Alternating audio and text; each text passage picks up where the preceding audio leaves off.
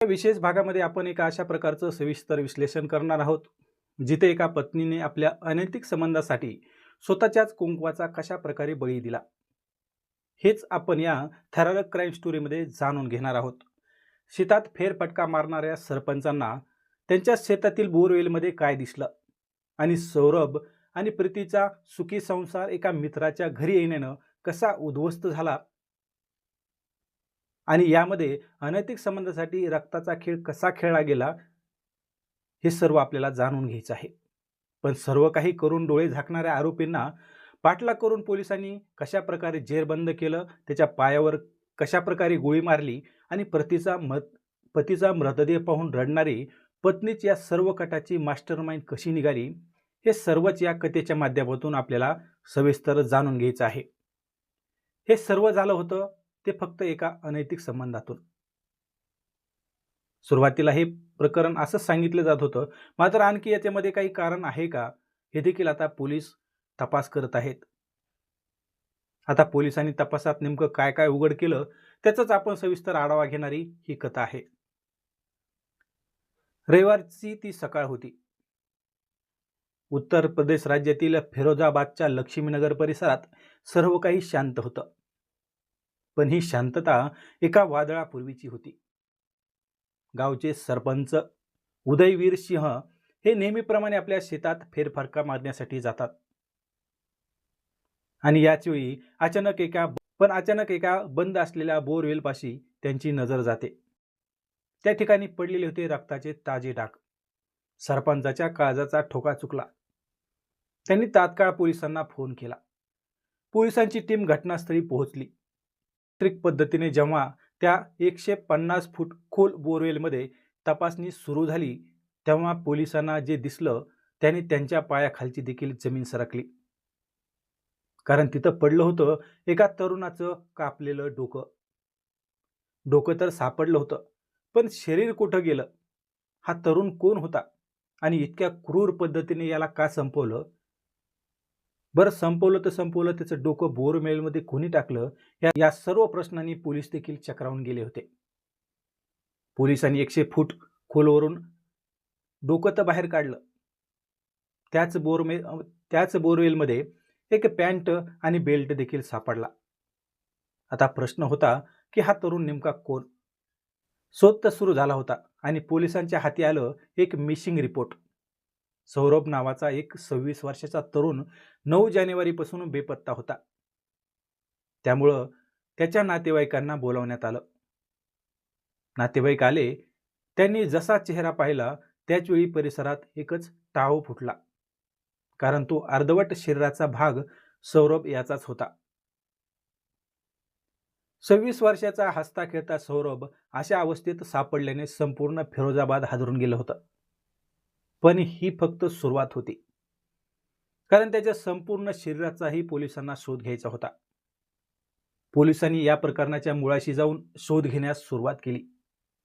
तेव्हा सौरभच्या कुटुंबाविषयी माहिती घेण्यास त्यांनी प्राधान्य दिलं. सुरुवातीला पोलिसांनी त्याच्या घरातच चौकशी करायला सुरुवात केली. यावेळी पोलिसांना असं लक्षात आलं की सौरभ हा व्यवसायाने रिक्षा चालक होता. त्याच्या घरामध्ये आई, वडील, भाऊ आणि पत्नी असं त्यांचं सुखी कुटुंब होतं. विशेष म्हणजे सौरभ आणि त्याचा भाऊ मिथुन या दोघांच्या पत्नी सख्या बहिणी होत्या. म्हणजे एकाच घरात 2 बहिणी नांदत होत्या. सौरभ दिवसभर मेहनत करून रिक्षा चालवायचा आणि रात्री आनंदाने तो घरी परतायचा. पण प्रीती, तिच्या मनात काहीतरी वेगळंच शिजत होतं. तिचं हे साधं आयुष्य तिला मान्य नव्हतं. तिची स्वप्न वेगळी होती आणि तिची नजरही आता कोणा दुसऱ्यावर एकावर पडलेली होती. तो दुसरा तिसरा कोणी नसून तो सौरभचा एक जीवाभावाचा मित्र होता. त्याचं नाव होतं सूरज. सूरज दिसायला सुंदर होता. शरीर यष्टी पिळदार होती. सौरभला वाटलं की आपला मित्र आपल्या कुटुंबाचा हिस्सा आहे. त्यामुळे तो सूरजला आपल्या घरी पार्टीसाठी घेऊन येऊ लागला. प्रीती, सूरज आणि सौरभ यांच्यात थट्टा मस्करी सुरू झाली. घराच्या इतर सदस्यांना वाटलं की हा तर घरचाच माणूस आहे.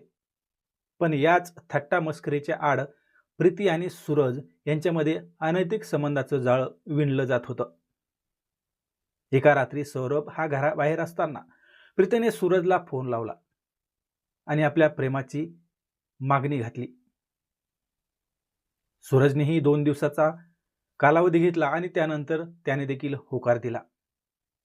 आणि इथूनच सौरभच्या मृत्यूची उलटी गिनती सुरू झाली. हे अनैतिक संबंध सुरू होते. सौरभ रिक्षा घेऊन बाहेर गेला की सूरज घरात यायचा. पण व्यक्ती जेव्हा जे करतो ते पाप जास्त काळ लपत नाही. सौरभला प्रीती आणि सूरजच्या वागण्याचा संशय येऊ लागला होता. त्यामुळे त्याने प्रीतीला समज दिली आणि सूरजला देखील बजावून सांगितलं, हे असं काही करू नका. पण प्रीतीला आता सूरजशिवाय राहणं शक्य नव्हतं. तिने ठरवलं की आता सौरभलाच वाटेतून बाजूला करायचं. तिने सूरजला सांगितलं, जोपर्यंत सौरभ जिवंत आहे तोपर्यंत आपण एकत्र राहू शकत नाही. त्यानुसार सूरजने प्रीतीच्या सल्ल्याने प्लॅनिंग करायला देखील सुरुवात केली. सूरजने आपल्या सलमान नावाच्या मित्राला 50,000ची सुपारी दिली. काम पूर्ण झाल्यानंतर 10व्या दिवशी तुला 50,000 रुपये मिळतील असंही त्यांनी त्या दिवशी सांगितलं. आणि त्यानंतर 9 जानेवारीची तारीख निश्चित करण्यात आली. तो दिवस होता शुक्रवार दिनांक 9 जानेवारी 2026 रोजीचा. संध्याकाळचे 5:15 झालेले होते. सौरभ हा रिक्षा चालवून घरी पोहोचलाच होता. तेवढ्याच सूरजने सौरभला पार्टीसाठी बोलावलं. सौरभला वाटलं, आपला जुना मित्र आहे, तो पार्टीसाठी बोलवत आहे, त्यामुळे तो विश्वासाने त्या ठिकाणी गेला. जे ठिकाणी सूरज आणि त्याचा मित्र सलमान थांबले होते त्या ठिकाणी काही वेळात तो पोहोचला. थंडी असल्याने सौरभ याने गळ्यात मफलर घातली होती. मात्र रात्रीच्या अंधारात गळ्यातील त्याच मफलरनं सौरभचा गळा आवळला गेला. पण क्रूरता इथेच थांबली नाही. मृतदेहाची ओळख पटू नये म्हणून सौरभच्या शरीराचे तुकडे देखील करण्यात आले. त्याचं डोकं वेगळं केलं आणि ते बोरवलीमध्ये फेकून दिलं. शरीराच्या इतर भाग शिरसा नदी त्या ठिकाणाहून जवळच आहे त्या ठिकाणी फेकून देण्यात आलं. सर्व काम तर फत्ते झालं होतं. आता सौरभ याचा कोणताही पुरावा मागे सुटलेला नव्हता. हे सर्व समजून आता आपला आयुष्यातील मार्ग मोकळा झाला असं म्हणून सूरज प्रीतीला फोन करत होता. सोमवारचा दिवस उजडलेला होता आणि याच दिवशी जे भयंकर स्वरूप समोर आलं त्यामुळं सर्वांनाच धक्का बसला. कारण सौरभ हा 2 दिवसापासून बेपत्ता असल्याची तक्रार सौरभचा भाऊ मिथुन याने पोलिसांना केलेली होती. पोलीस तपास करत असताना फिरोदाबादच्या लक्ष्मीनगर परिसरात गावचे सरपंच उदयवीर सिंह हे नेहमीप्रमाणे आपल्या शेतात फेरफटका मारण्यासाठी जातात. पण अचानक एका बंद असलेल्या बोरवेल जवळ त्यांची नजर गेली.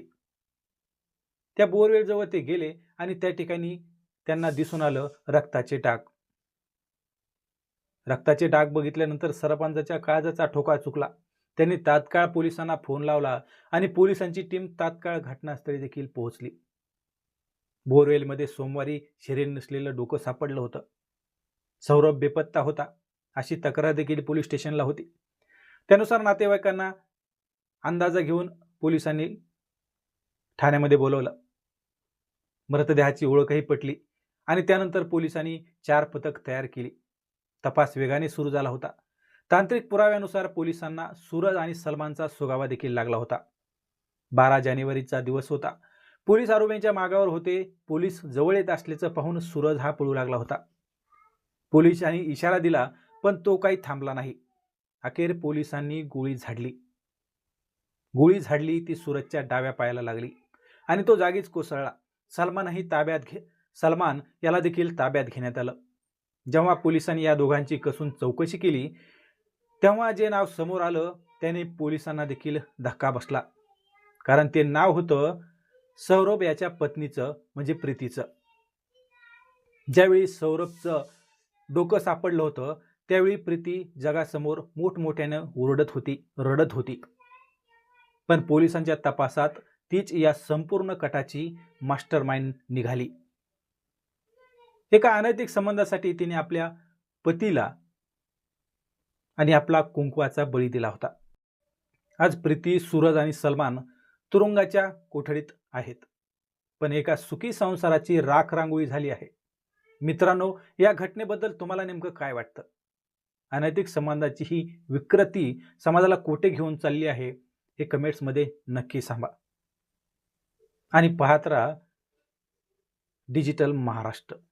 जय हिंद.